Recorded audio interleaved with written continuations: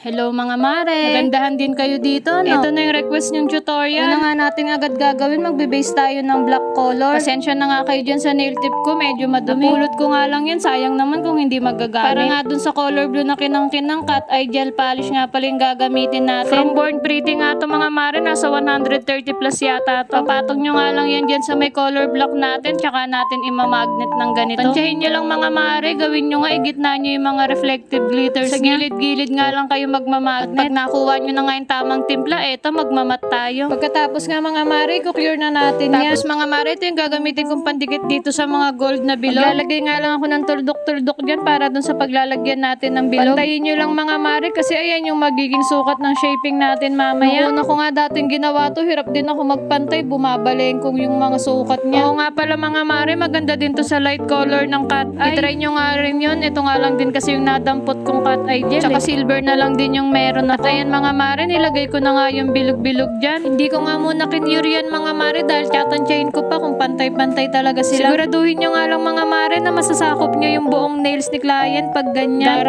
Para ako nagbabanta. At pagkatapos nga pwede nyo nang i-cure tapos lalagyan na natin ng ganitong lining. Sa paglalining naman mga mare, ganito lang yung gawin nyo. Yung sa loob lang ng bilog yung gagawin nyo. Pagkatapos nga mare, pwede nyo na siyang lagyan ng marami. Ay, ang lining nga na yan kasi yung gagamitin natin pangharang para hindi kumalat yung mga idadagdag natin pang emboss. Solid molding gel pa nga rin pala yung gamit ko dyan mga mare, wag kayong malito ha. At ayan mga mare, make sure nyo lang na nakaumbok yung gagawin nyo. At uulitin nyo nga lang yung ganyang proseso sa iba pang parte na pa-diamond ang shape. Ang lakas talaga makasosyal netong design pero medyo matagal din gawin. Kaya pag ganito yung pinagawa sa inyo ni client, siguraduhin nyo lang na walang lakad si client o kaya nagmamadali. Ramdam nyo ba ako mga mare na kapag nagmamadali si client para kayo nape-pressure gumawa? Parang gusto ko na lang sabihin na madam, ibahin na lang kaya natin yung design, yung mas madali na lang. Pero syempre mga mare, sa isip lang natin yun. Dahil sa huli sila pa rin naman yung masusunod, di ba? Kaya sa mga client dyan, sana maging pasensyoso kayo. Lalo na sa mga beginner nail tech. Kasi mga nag-aaral pa lang sila. Hindi nyo alam na napakalaking bagay sa amin yun na pagtyagaan nyo kaming hintayin hanggang sa matapos namin yung ginagawa sa inyo kahit hindi namin sigurado kung kaya namin yun. Dahil nga pagdating ng panahon, masasabi na lang namin nakasama kayo sa journey namin, mababanggit namin yung pangalan nyo. Yung tipong, ay nako, ginawa ko to kay madam ganito. Tapos buti na lang hindi siya nainis, talagang tinapos namin. Sarap sa pakiramdam dati kapag nagkukwento ako ng ganun, proud na proud ako sa client ko. Kapag kinukwento ko nga sila, pinagmamalaki ko sila na talagang pinagtyagaan nila ako. At eto na nga pala mga mare, nandito na tayo sa may katabi. Ganyan nga pala yung gagawin nyo. Siguraduhin nyo lang wag silang magdidikit. Okay lang kahit medyo malayo mga mare kasi kapag nilagyan nyo na yan ng pang-emboss nila, pwede nyo namang itulak-tulak para ma-adjust. Tsagain nyo nga lang pag-practicean to mga mare. Nung unang gawa ko din dito, hindi ko rin to kaya. Pero dahil nga pinractice ko to ng pinractice, ayan, medyo nakukuha ko na siya. Balik nga tayo sa client na nagmamadali. Gusto ko nga lang din para magpasalamat sa mga client ko na pumayag pag-practicean ko sila sa mga design na gusto ko. At eto mga mare, ito na nga siya nung natapos. Hindi ko na nga tinapcoat yan. Pero if ever na gusto nyo itapcoat, pwede naman pero dapat sobrang nipis lang din. Kasi mga mare, baka matabunan na yung mga texture. O eto mga mare, ito topcoat ko para makita nyo. Medyo nalilesen nga yung mga texture niya dyan, yung mga lubog-lubog niya. Kaya dapat talaga sobrang konti lang yung gawin natin. Mapahiran nga lang siya mga mare, okay na yun. Pagkatapos nga mare, may gawa ako kaya hindi ko na siya na-videoan. Eto, tignan nyo, nalaspag na yung kulay. Nahawakan ko kasi nang may malagkit yung kamay ko kaya nawala yung pagka-shine niya. Pakita ko na lang din sa inyo kung ano siya pagka nakakabit na sa nails. Isipin nyo na lang mga mare, ma-shiny siya kunyari. Ang social ng design, diba? O siya mga mare, hanggang dito na lang sa susunod ulit na tutorial.